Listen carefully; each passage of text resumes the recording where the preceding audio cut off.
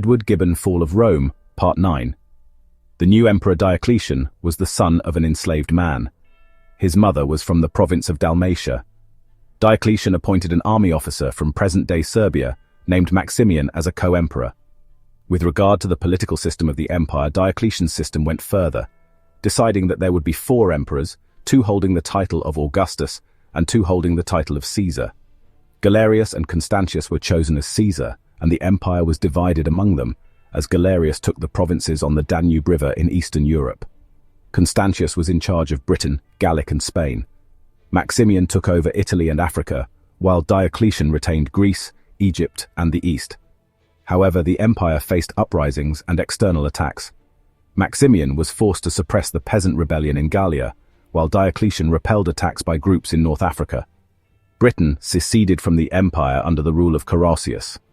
By the time Constantius regained control of Britain, Carausius had been assassinated and replaced by his advisor Electus. To deal with these problems, Diocletian fortified the empire's borders and adopted Probus's policy of allowing tribes to settle in deserted areas. A war began when Persia tried to depose the pro-Roman king in Armenia in favor of their candidate for the throne, but this war ended with a Roman victory. Gibbon concluded that the hard work of saving the empire from tyrants and barbarians had been accomplished entirely by a group of peasants. During his reign, Diocletian deliberately ignored Rome, which Gibbon considered part of a highly artistic policy. Diocletian wanted to reduce the importance of both the Senate and the Praetorian Guards. Since he was not in Rome, he did not have to consult with the Senate or asking for their approval for his laws. The Roman Senate remained as a respectable institution until the end of the empire, but it was left to sink into oblivion. This also had the effect of weakening the last remnants of the republican system. Diocletian adopted more authoritarian titles such as the Lord. Unlike the former emperors, he also began to wear the crown and adopt Persian rituals at his court. Diocletian also undertook another major reform, which was the expansion of the government bureaucracy, which made its operations slower but safer. This also led to bigger and harsher taxes. After 21 years of rule, Diocletian abdicated and retired to a villa in Salona. According to a story cited by Gibbon, Maximian begged him to return to power, but Diocletian answered, saying, "If I could show you the cabbage that I planted with my hands in Salona, you would no longer demand that I give up my happiness in order to seek power." Although Diocletian brought peace to the empire, Gibbon argues that his era witnessed a sharp decline in art and literature, and at the same time, a new type of philosopher emerged, influenced by the ancient Greek philosopher Plato, who were more concerned with verbal argumentation in metaphysics and the invisible world rather than science. After Diocletian abdicated and forced his co-ruler Maximian to do the same, the 4-emperor political system Diocletian had created started to crumble. According to Gibbon, this system required a combination of specific personalities and abilities, which are rare to find or even anticipate again. In the beginning, the succession went smoothly. The former Caesar Galerius and Constantius became new Augustus. Gibbon described Constantius as a ruler who kept humility and behaved as a Roman prince, while Galerius was arrogant and ambitious. Galerius chose his nephew Maximinus and one of his friends Licinius to become the new Caesar. At the same time, Galerius promoted another officer, Severus, to Augustus. This was part of his plan to become the sole emperor of Rome in the end. But his plan was thwarted because of Constantine, the son of Constantius, and Constantine's mother Helena. After the death of his father, Constantine was declared the new Caesar in Britain. Galerius agreed to recognize Constantine as Caesar, replacing Constantius. Meanwhile, the people of Rome rebelled because they resented how their emperors abandoned them. This was a rebellion against the harsh taxes imposed by Galerius on Italy. This came after the abolition of the privileges that Italy enjoyed, especially its exemption from direct taxes. The Roman Senate and the Praetorian Guard chose Maxentius, the son of Maximian, as a new emperor. Maximian came out of retirement, supported his son, and became a partner emperor. Severus fled to the city of Ravenna in Italy, where he was tricked into believing that the city was about to surrender, and once he was arrested, he was returned to Rome to die by suicide. Constantine and Maximian decided to form an alliance against Galerius, and their agreement was sealed by the marriage of Constantine to daughter of Maximian, Fausta. Gibbon's sources indicate that Galerius's forces were reluctant to attack the holy city of Rome, and that Rome was too large to be invaded. However, Gibbon noted that Rome had been attacked in many previous civil wars, and that the size of the city could have made it more vulnerable to attack. Instead, Gibbon argues that Galerius's fall was due to his low popularity in Rome.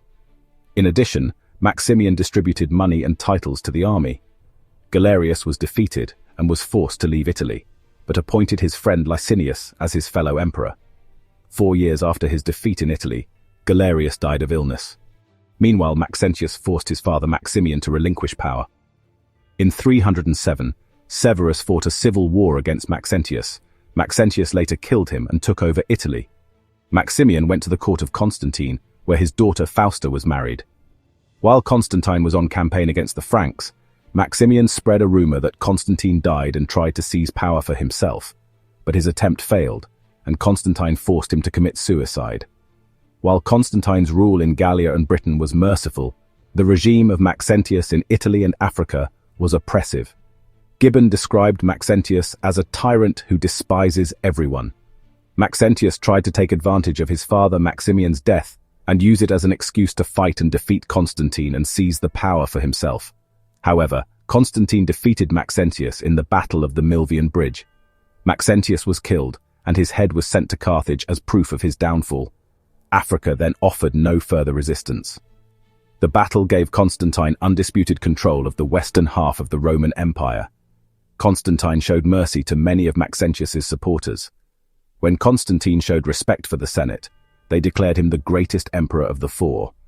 While in Rome, Constantine abolished the Praetorian Guard once and for all. Although Licinius, the co-emperor, recognized Constantine shortly, he was challenged shortly by Maximinus, the nephew of Emperor Galerius, who took control of Egypt and Syria.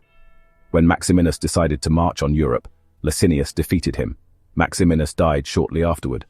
Licinius ended up killing Maximinus's children, Flavius Severianus, the son of Severus, and Candidianus, the son of Galerius.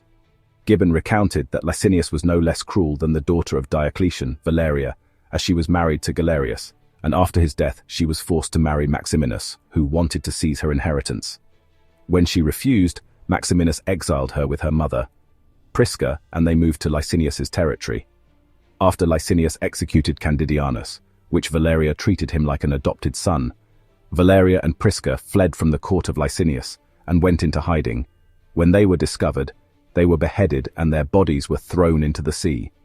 Gibbon said it took only a year after Constantine and Licinius became the only emperors until the civil war broke out again. But in the end, Constantine and Licinius reached a peace treaty dividing the empire between Constantine and his sons in the west, and Licinius and his sons in the east. At that time, Constantine embarked on a program of legal reform. This included a law prohibiting infanticide, a practice of parents abandoning infants in the wilderness. Another law regarding rape, which included the brutal execution of a man and a woman who ran away without the consent of the woman's parents. Constantine's popularity was boosted by his victories against the Goths, which is why he decided to get rid of Licinius. In this new round of civil wars, Constantine won. Because Licinius's wife was Constantine's sister, she convinced him to pardon Licinius, who was put in house arrest in the city of Thessalonica. However, Licinius was later executed after being accused of conspiring against Constantine. Gibbon says that with this victory achieved by Constantine, the Roman world was united again under the authority of one emperor, after 37 years of Diocletian, started his system of Tetrarchy. Later in the book, Gibbon covered the end of the crisis of the 3rd century and the rise of Emperor Constantine, who not only ended the intermittent persecution of Christians in the Roman Empire, but also converted to Christianity. The end of the first book also witnessed the culmination of Gibbon's views on the decline of Rome between West and East, and the renunciation of the Romans to their dominant roles in their empire, in favor of what Gibbon considered servants in the provinces, a process that accelerated with Diocletian's deliberate attempt to ignore Rome.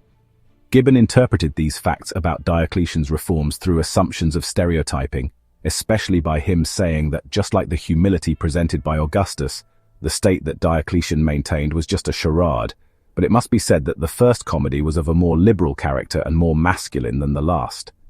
Gibbon compared the monarchy created by Diocletian to the Persian monarchy, describing its adoption for the Persian ritual on the Roman system of government.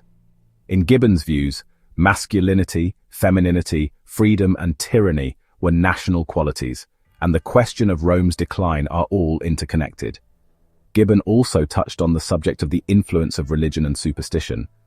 Although he largely avoided the subject of Christianity and its persecution in the first part of his book, Christianity was present in the background of his novel. Gibbon discussed the emergence of a new type of Platonism, which provided the arena for his discussion of Christianity in the next part, especially the elevation of Christianity to the state religion, in the reign of Constantine. Gibbon suggested that the rise of Christianity and new philosophy would divert the attention of thinkers from social and moral issues to abstract discussions about the invisible world. Gibbon later pointed out that this represented a step back from the golden age of Greek and Roman philosophy, as well as from the religious pluralism and intellectual freedom that prevailed in Rome. Thank you for watching. Support us by liking and subscribing.